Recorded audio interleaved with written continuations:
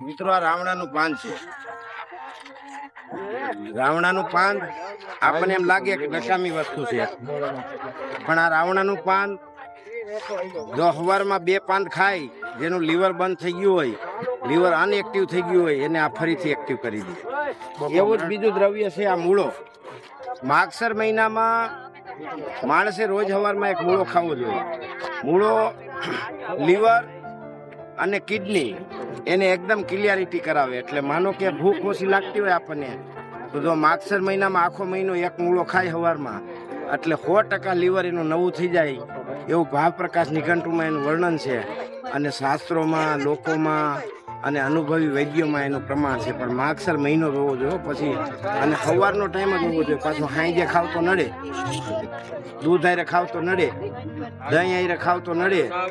એટલે ખાવો એની 45 મિનિટ આગળ પાછળ બીજું કાંઈ ન હોવું જોઈએ, એવા સમયે ખાવું. એવી જ આ છે ને લીલી મેથી. કારતક મહિનાથી માંડી અને પોહ મહિના સુધી કાયમ લીલી મેથી ખાવી જોઈએ. ડાયાબિટીસની બીમારી ન થાય, પણ લોહીની અંદર કોઈ પણ પ્રકારના વિદૂષિત તત્વો રહી ન શકે.